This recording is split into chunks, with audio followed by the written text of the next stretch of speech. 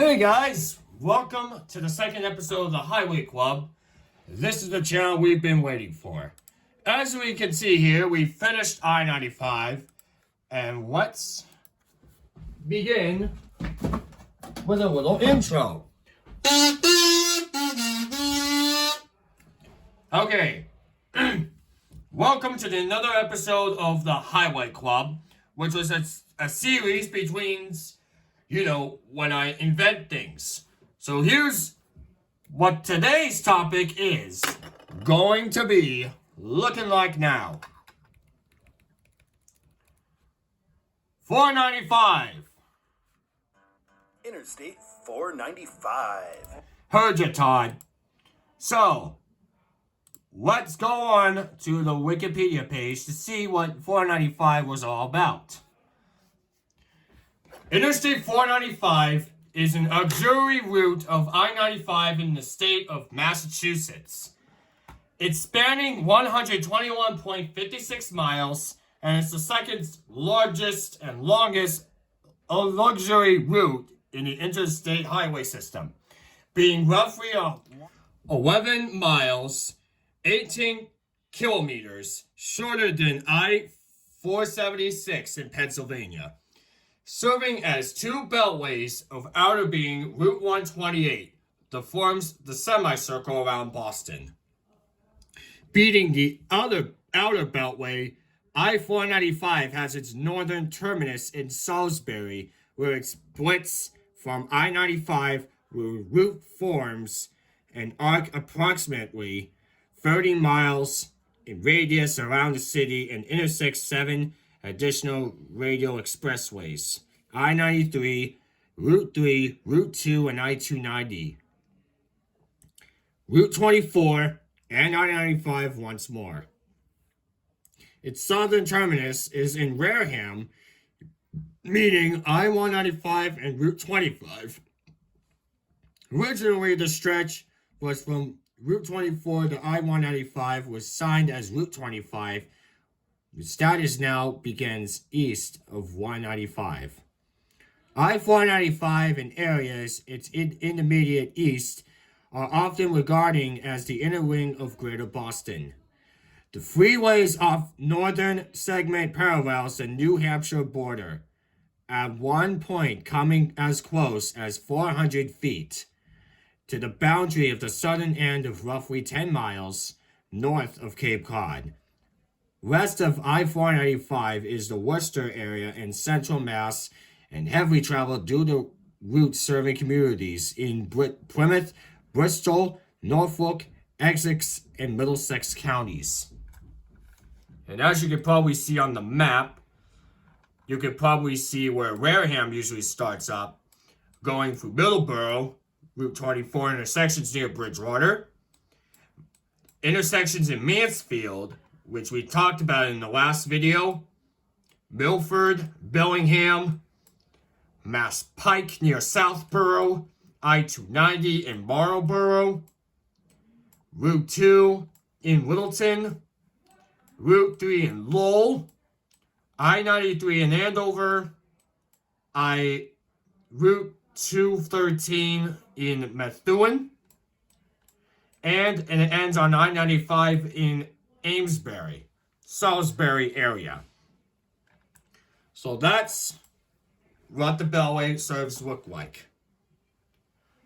So if you can pause here and read the text, that's totally fine to you, because this is the article that we're talking about here. So, yeah. It begins at the direct continuation of Route 25 in the intersection with 195 in West Wareham. It starts as a 2-lane highway in both directions. It gets the 3rd lane during the interchange with Route 24. The junction includes a transition of shrinking of the 6-lane Route 25, a 4-lane interstate due to the 3rd lane Route 25 joining to a form of I-195, roughly northwest, passing through the towns of Rochester and Middleborough, where the route meets Route 44 as 4-lane highway before entering the Taunton River in Raynham, entering Bristol County, which was completed as the 6-lane highway just northeast southeast of Route 24, which was neighboring Bridgewater.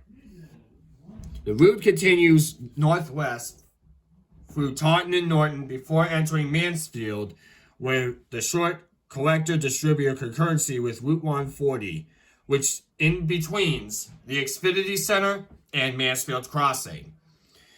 And its parent route, its southern junction, was I-95, which was entering Foxborough, which was home of Patriot Place and Gillette Stadium.